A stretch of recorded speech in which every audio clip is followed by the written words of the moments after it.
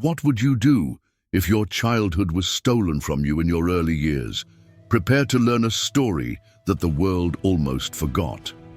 Have you ever stopped to think about what your life would be like if, as a child, you had been uprooted from the comfort of your home to face the weight of work?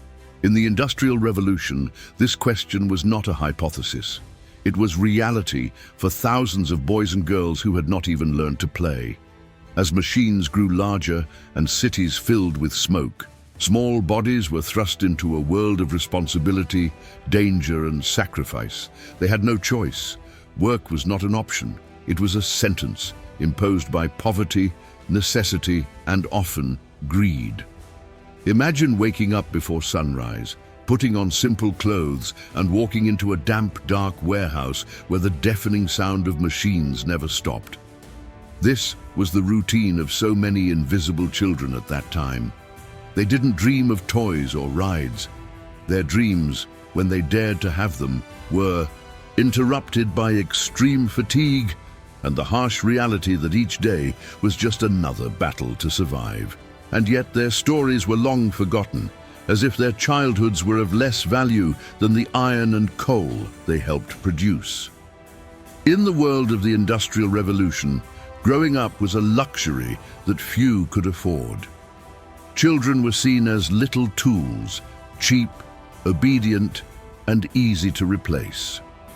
While profits increased and machines gained speed, childhoods quietly unraveled in the gears of progress. And today, when we look at this part of history, we cannot avoid asking how many childhoods were sacrificed in the name of a future that they themselves did not live to enjoy. Inside the factories, children's lives were marked by the deafening noise of machines, thick smoke, and the smell of burning oil. The little hands, still fragile and inexperienced, were forced to deal with sharp gears, moving belts and looms that could cause serious injuries with any slip. There was no training, no preparation. The work started early, ended late, and between one task and another, what remained was just the constant fear of an accident that could change their lives forever, or end them silently and ignored. In the coal fields and underground mines, the situation was no better. Children crawled through tunnels so narrow they could barely breathe, carrying sacks of coal almost the size of their own bodies. The darkness was absolute, and the danger of collapses or explosions was part of the routine. Dust permeated his fragile lungs, and the constant humidity chilled his bones. Many of these children never even saw the light of day. They grew up with their eyes turned off, without knowing the warmth of a hug or the laughter of a free afternoon. Each day was a struggle to last a few more hours of work without fainting. And what was wearing them?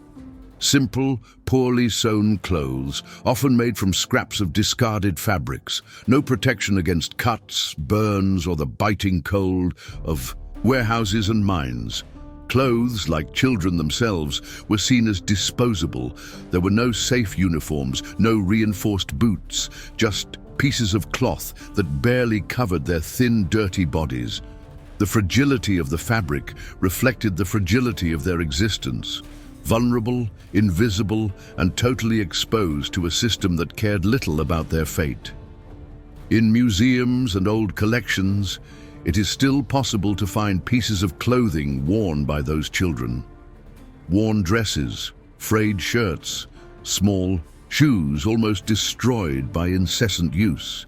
At first glance, they may just look like old clothes, but when you look closely, it's impossible not to feel the weight of the stories they carry. Every tear, every patch, every stain ingrained in the fabric speaks of a childhood silenced by necessity. These are clothes that see more tears than smiles, more pain than dreams. They were not protective uniforms. They were garments of silent survival. These pieces, now dusty and faded, were silent witnesses of daily suffering. They followed hurried footsteps in damp corridors, falls in dark mines, muffled cries among noisy machines. There was no one who sewed hope into these clothes. They were made to last a short time, just like, unfortunately, many of the childhoods they wore. Every improvised seam, every mark of wear invites us to hear a story that few have had the courage to tell. A story that still resonates today in the forgotten corners of modern history. When we look at these old clothes, something inside us stirs. These are not just old fabrics before our eyes. They are small monuments of resistance. They are physical proof that there were children who carried the weight of the world without ever being seen. They worked, suffered, grew, and often disappeared without their names being remembered. When we see these clothes, we ask ourselves, how many dreams were trapped in the threads of these fabrics? How many laughs were swallowed by the dust of the factories?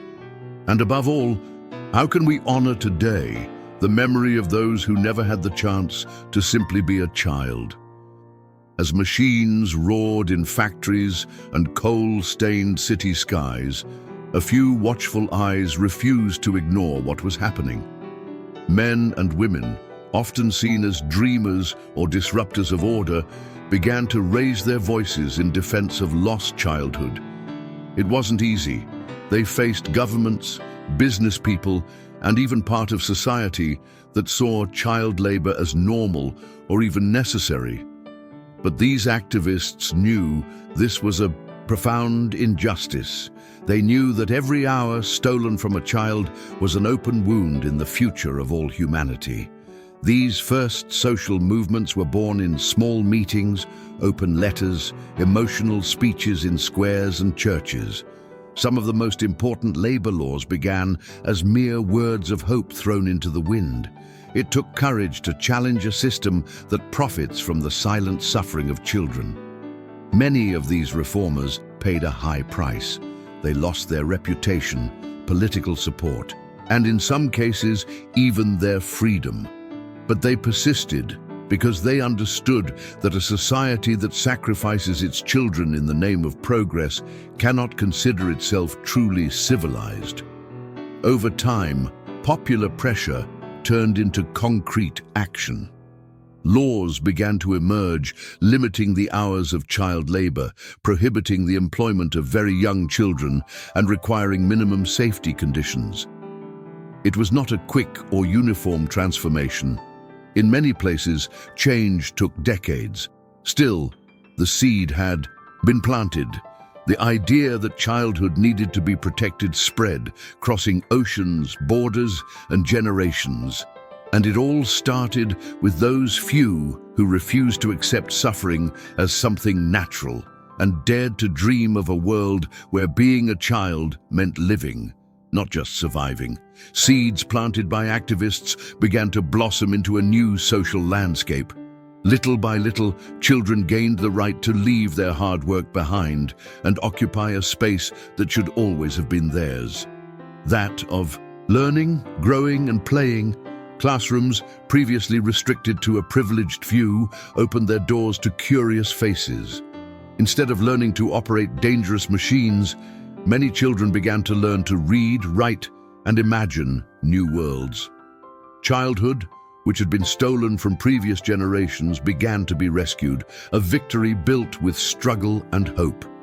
In squares, parks, and schools, sounds that were previously muffled by the gears of factories began to echo.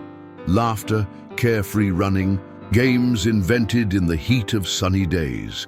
Simple clothing still existed, but it was now associated with freedom rather than servitude. Every step, every run, every shout of joy was a small celebration of what had been regained.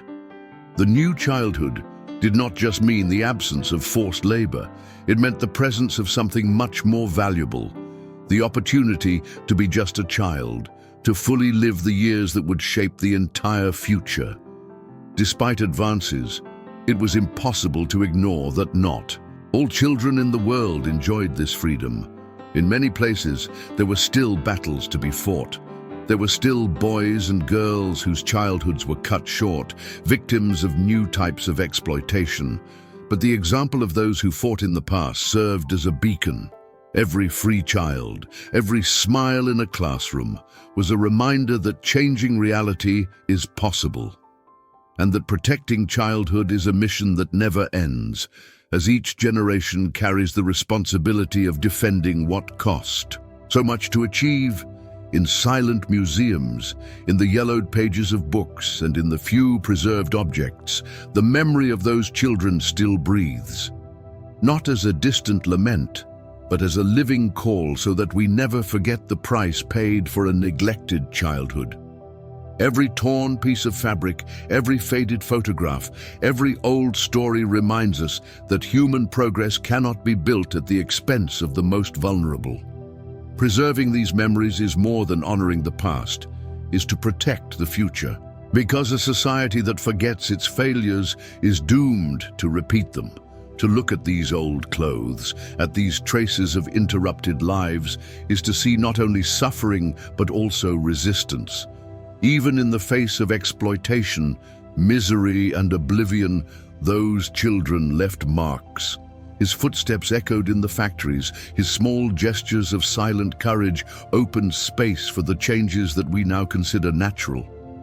Their memory is a heritage that belongs to us, and carrying it is a way of recognizing that each right conquered came accompanied by sacrifices that cannot be erased by modernity or the comfort of historical distance. It's up to us to decide what we do with this memory. We can enclose it in shop windows and books, admiring it from a distance, or we can transform it into action, protecting children, denouncing injustices, fighting for those whose rights are still threatened today. Because as long as there are children at risk, as long as innocence is being stolen, the story of those little workers will continue to speak to us. And it is up to us to ensure that this time the response is different, that childhood everywhere is respected, protected, and celebrated as the treasure it always should have been. Between the worn lines of the uniforms, there is a silent question. What will we do with this memory? Among rags and tears, they left a legacy. Today, it is up to us to transform memory into action. Which part of this story touched you the most? Tell us here in the comments. And if you believe that every child deserves to just be a child, like, share, and subscribe to the channel. Together, we keep memory and hope alive.